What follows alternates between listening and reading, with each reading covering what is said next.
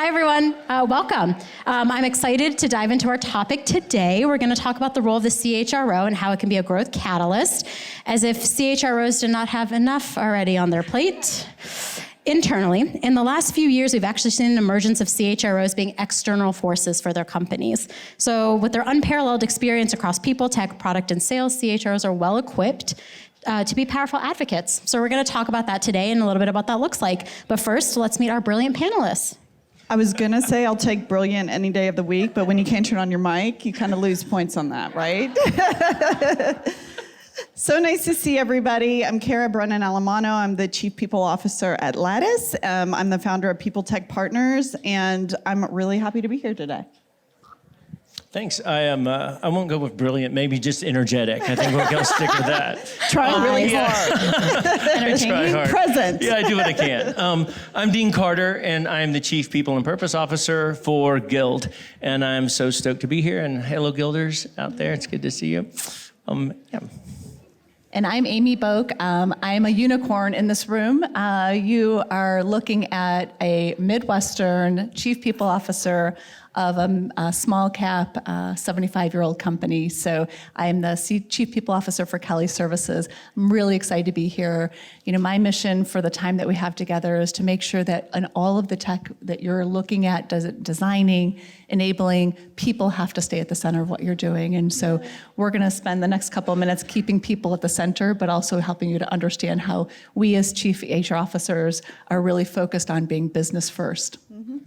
I do have to have this quick promo. We just won 2 Transform Awards. I just want to say congratulations, Guild. Congrats. Just finished that and pulled down 2 Wait a minute. Heba, right here. Thank you, Inspiring Resource of the Year. Well, I didn't even introduce myself, so I'm Heba Youssef. Please do. I am your moderator and cruise director for this experience for the next 30 minutes. I am the Chief People Officer at Workweek, a creator-led media company, and also the founder and creator behind I Hate It Here, a newsletter all about how to make work better. Okay, so without further ado, let's get to our first question. I talked a little bit about how the role of CHRO is evolving. So how do we see, what is the context of it evolving in the landscape of human capital and HR technology? Yeah, 100%. Well, this is an evolution that's been in motion for a long time now. I'll throw way back 30 years or 20 years when we were looking at some of the first LMSs and first Oracles and all those pieces. Then fast forward to the teens where we started to see a true growth in the market of founders and advisors who were helping those founders come to market with tools that were actually really helpful in lots of different verticals. Lattice is one of those, Guild was one of those. And so what we know is we have a world of many different point solutions, and we became educated as technologists through that process. I remember when we were going public at Udemy and sharing that my HR tech stack was 42 tools. Oh my God. But you know what? I couldn't get rid of any of them, and I probably could add a few more. And that's what many of us sit on top of today if we're going to be building that truly differentiated employee experience. So in order to do our job well, as our job grows laterally and vertically, guess what? We're at the table. But in order to have time to show up at the table, we have to have many of those administrative, duplicative tasks taken off our plate and taken off our team's plate. Because as we get to have more of a voice, every single piece and every single person in our centers of excellence has to have the opportunity to show up better and brighter. Now, this is great news for all of us. It also means that we have to become a sophisticated player when it comes to technologies. And to me, that's the exciting part because I'm a HR tech nerd. I think it's also a piece of agency that we bring to the table because it allows us to have a truly strong leverage point when we're spending 70% of the company's money on people. We can have a tool that will make a difference in performance. We can have a tool that'll make a difference in skills acquisition. We can have a tool that's going to take away the administrative clerical tasking related to payroll. And so I believe behind the scenes, that's what has gotten us all to the table. And I think we need to give credit to our founders of HR technology companies for allowing us and our teams that space to be thinkers and to be strategists. And when you talk about what this looks like for the full scope of our roles, I get triply excited. Is triply excited? No. Triply, I'm not gonna totally say word. that. It's a new word. It's a new word. I get next level excited because what this means is we're going to have even more sophisticated tools with AI. We will see consolidation in the market, so we're going to see more platforms where we won't necessarily have to have 42, it may be 20, but a really strong platform. And then what that's going to help, that's going to continue to enable us to move into stronger positions and also have even better, more differentiated employee experiences at scale as all of our companies grow and develop. So in terms of our role, what it's allowed us to do is become good at knowing technology. It's allowed us to put that component in our bucket of tools. It's also allowing us to be the strategists that we always hoped we would be early in our career, because that's really where you get to have the impact you want to on that employee experience, which the vast majority of people that I know that moved into HR is they want to make work better for people and they want to allow people to do their absolute best work. This is how we get there. I love that. Amy or Dean, anything to add? That was so good. It was so good. was like, I think it's triply good, as a matter of fact. triply It's good. very good. Yeah, no, nothing to add. And I just, what I do hope, for God's sake, is we don't have 42 apps, that we not go to Never. 52. So help us with technology so we can continue to make it super simple for our employees to have one place to go to ultimately. But I love that. we need it, but that's where we're going. Amy? I was just going to say, you're right about all that administrative work has to come off. It has to be no part of our conversation, right? Policy administration, all of the required training, all of that has to happen, but we're never talking about it. And then we have to see ourselves as officers of the company, right? we're not coming in as the chief people officer, we're coming in as officers of the company, which we all are. And I think it shifts that, and your point about 75% of the company's dollars are in our wheelhouse. And we need to see ourselves as human capital business leaders. And this is when we talk about, particularly within my team, where we have a 1% initiative, which is 1% better over here, 1% better over here, 1% better over here. Was born from Sherry Martin, who's head of our people operations function. She's incredible. And now we're working across our centers of excellence. And we're a 550-person company, so we have high talent density within the people team. We don't have a ton of resources to make these things happen. But when we at Lattice spend 76% of our dollars on the talent that's sitting in our company, when you can improve the performance or the impact of that 76% by 1%, here, there, and everywhere, you start really moving your company forward, and you have that growth catalyzation that you want. All right, Heba, I'm sorry. Yeah. I just want to take that to the next level. But what you've talked about, though, is You're not that sorry. Yeah, I'm no, really you're not right. sorry. Really not sorry.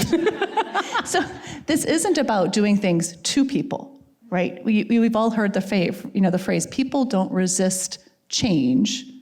What is it? They resist being changed, right? Think about your own journey. You don't want something happening to you. You want something happening with and for you. And so much of, so I have a 100-person HR team globally, and sadly, I had to lay off 25% of them last July in one day. And then my team had to turn around and lay off another 300 people for the rest of the day. Oh, Amy. Anybody else have to do that? Because that was the worst. Yeah, raise your hand. Right? Yeah. Worst day of my career. And I used to do labor relations, and I was the first girl in my job and the first one to not carry a gun. So that tells you how bad my day was. But in that experience, I'd been building my team up around change, around what good needed to look like, how to make those incremental changes, how to evaluate all of our processes, how to say to myself, get grumpy when you get asked to do anything administrative. Get grumpy when your leaders are treating you as if you are administrators for them. You need to see the value and see yourself living into your fullest potential. And so I'd spent 3 years sort of on that journey. So when that day happened, yes, we had to go through the trauma recovery of it, but then we rebuilt, and we spent the next few months rebuilding. And this year, starting in January, I'm seeing my team fully activated, no turnover, high engaged. We had to make tough decisions. We've got a bigger team in India. We have more automation. We have more AI work. But what we did together is empowered and enabled us because of that 1% at a time.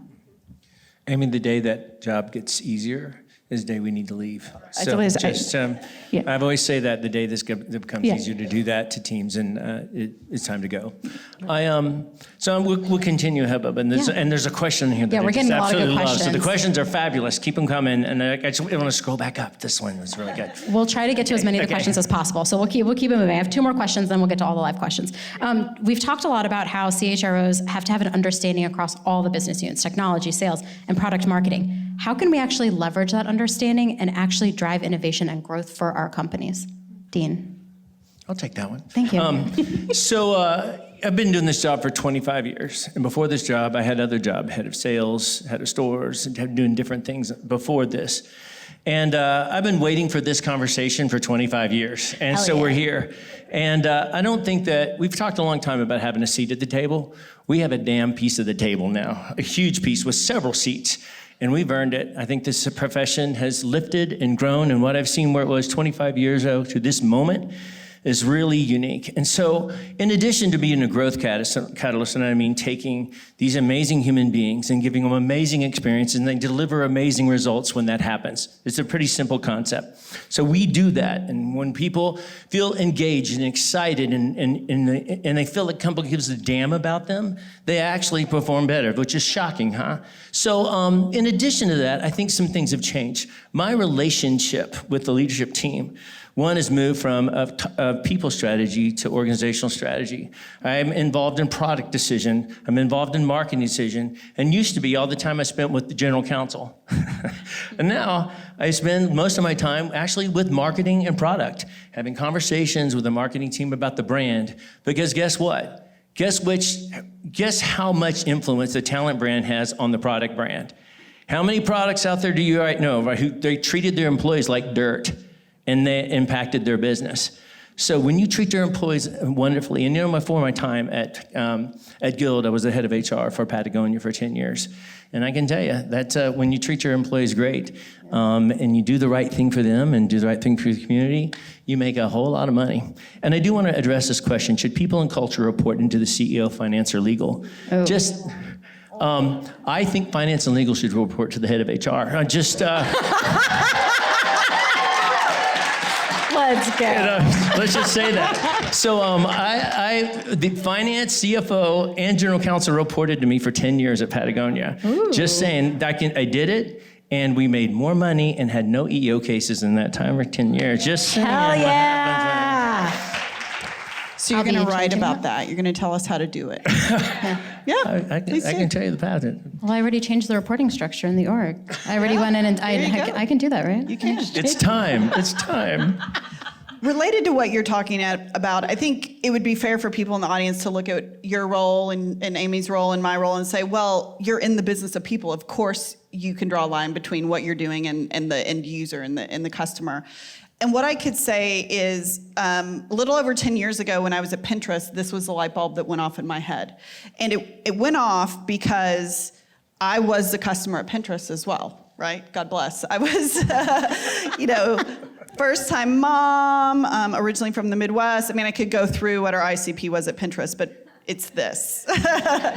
And what I can tell you is it was a completely virtuous cycle between among the work that we did on HR to get people closer to the product, and then the level of product innovation, the level of marketing innovation, the level of comms innovation that we saw within the business. And then we go back and we think, okay, what programs can we run related to learning more about the product? All right, onboarding. Everybody's in the tool day one, and usually before we started looking at that through the recruiting process, we just kept pulling product early and earlier in the process. And then we would do focus groups, not with external customers. In addition to external customers, we do focus groups internally. We made sure that our customers were part of our values as we developed our value statement. These are all some of the basic things. But as I moved to my next job, which was Planet Labs, where we built satellites, I was like, ooh, it's a little harder, right? I still don't know really what we did there. No. 4 years later, we built satellites and Planet is revolutionary. They have a fleet of satellites that images the Earth, the entire land mass of the Earth, literally every 24 hours. Okay? They're looking at us right now. Fascinating, world-changing technology, and really, really critical that our employees, every single employee was product adjacent. And what that meant for us on the people team is if we're gonna drive growth in the business, our salespeople need to know our product inside out, left and right. Our finance people, our recruiters, our HR people, our software developers who had nothing to do with the hardware side that we're building the satellites. And the more we did that, the more I got pulled into the conversations about business, the more I got pulled into the revenue conversations, the growth conversations, because I was the person driving growth within the minds of the employee set. And it wasn't just expected informally that people would figure out what we did and care about it.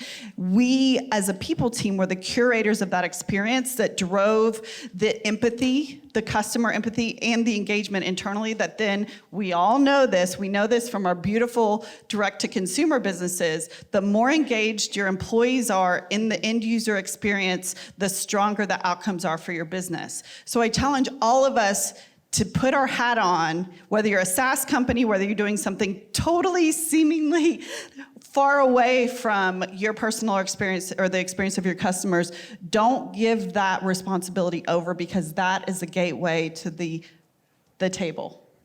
And Hell yeah. just I'm going to finish the question, just one part of it. So I moved from Patagonia, and obviously I mentioned kind of the pieces of my remit during that time, and I went to Guild.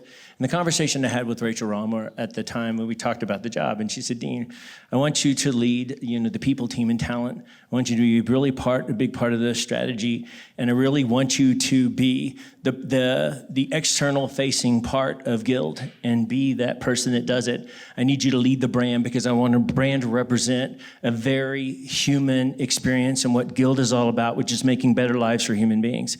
So that's why my title is Chief People and Purpose Officer, because the purpose of Guild is so aligned with my personal purpose that's been all my life. So I had someone that may be out here, I had the conversations like, someday I want that job. I want to be the head of people and purpose. You can be that. You can lead purpose for your organization. Who else other than you leads the purpose of the organization and owns it and leads it and speaks it and dreams it? And I just want to put that to you that, yeah, you can do this job too. And if you want to talk to me about how to make it happen, I can talk to you about it. But I just want to, by being the human and the human leading the humans, being the growth catalyst for the company is more impactful than the people who are focused on other things besides humans and leading the company. Absolutely. Just my So two things really quickly. One, Dean, in our prep session, we were talking about performance and goal setting and how to set meaningful goals. And I was really inspired when I've been talking to my team as human resources professional, the people organization.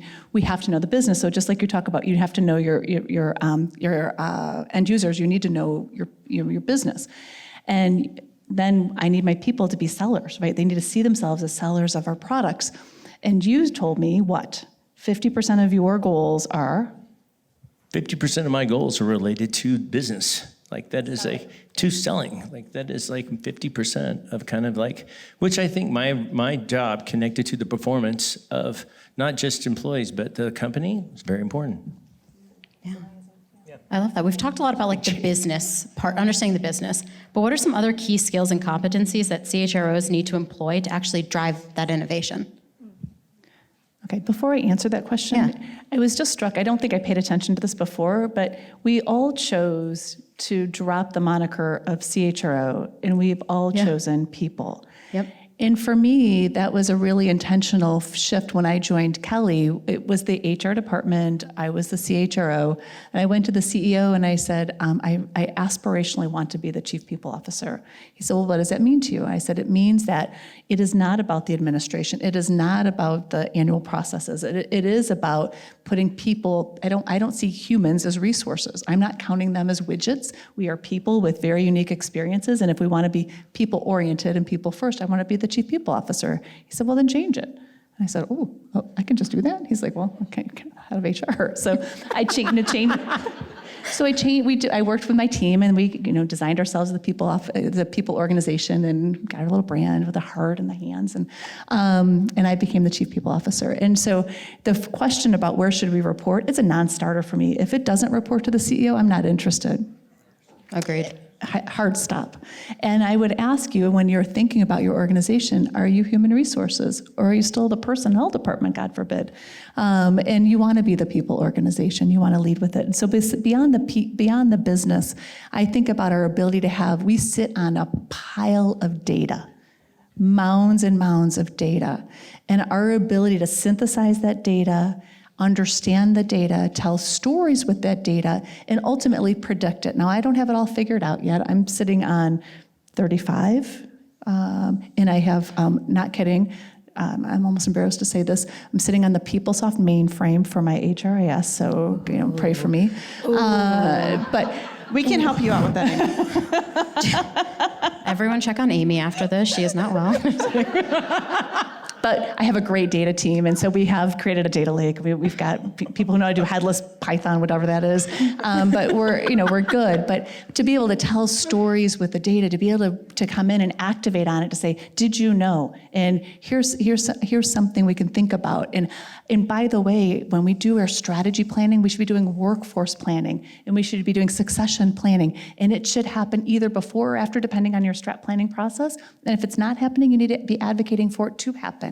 Because from that, you can start to build. Like, why does finance only get to be at the strat planning sessions, right? No. The people need to be in there. And so it's really finding your way in and saying, like, I belong. I have meaningful information. I have meaningful insights, and we belong.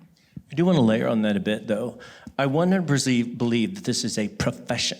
It is a technical profession with technical skills, and anyone who doesn't just love people can do this job. Heck yeah. And I think that all the things that around the HR alphabet, I know what I can write an EEOC report. I know how to enter payroll. I know what it's like to do benefits. I know how to do compensation. I've done all those things technically, so I earn the right to let me get this place. And you just can't stick any human in these things, because these are important parts. Yeah. So I intuitively know how to run payroll. I intuitively know what to do with benefits. So I get the space and the time, because I've spent the technical chops of a profession. And I love this about our profession, is that we have technical chops and we get to do this wonderful thing with human beings. Okay, yes, and I would say 1999 Y2K, that was IT's turn. 2008, financial crisis, CFO's turn. Pandemic, whose turn? Our turn. Woo!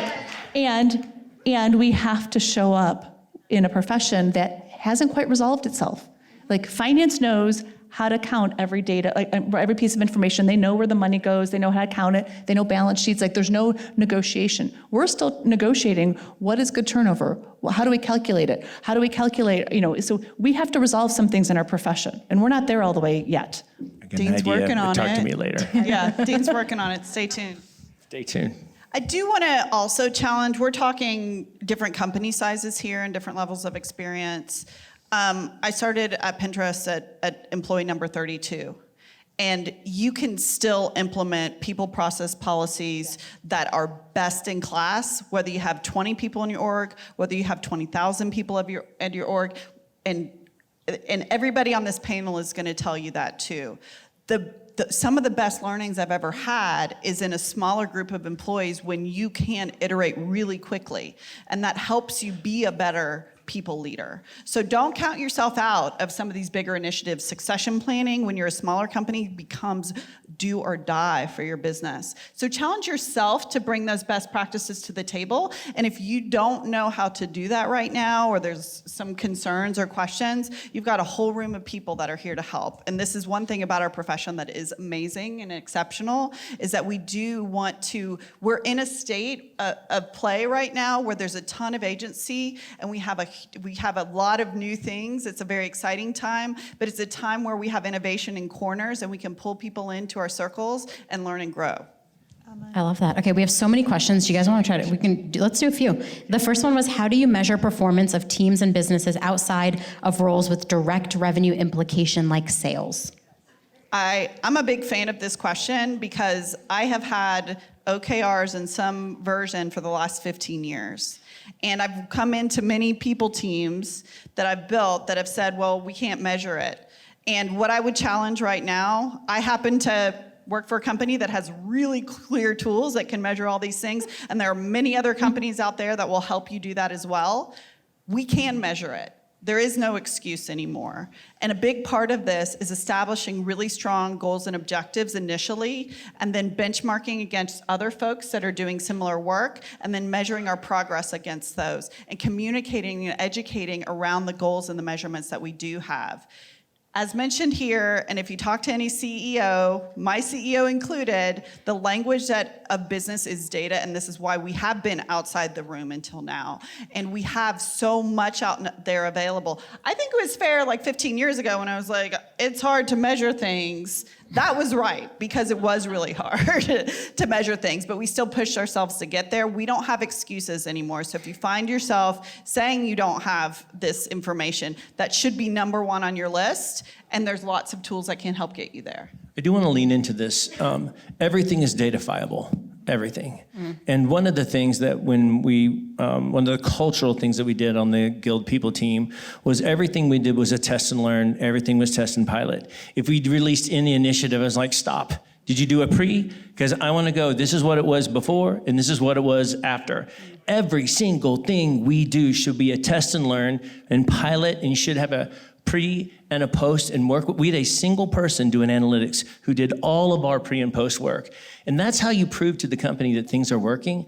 Before it looked like this, after it looks like this. Not some intuitive, I thought it was a great program, everyone loved it. But what it was is like we had this kind of impact either on employee experience or revenue or sales, and don't do a darn thing until your analytics person says, pre and post on everything. It's a test and learn culture, and it's something that we need to get used to, and a lot of innovative companies do test and learn for product. And if you think, some of the best people actually in HR are former product managers, actually. And we need to treat almost this like product.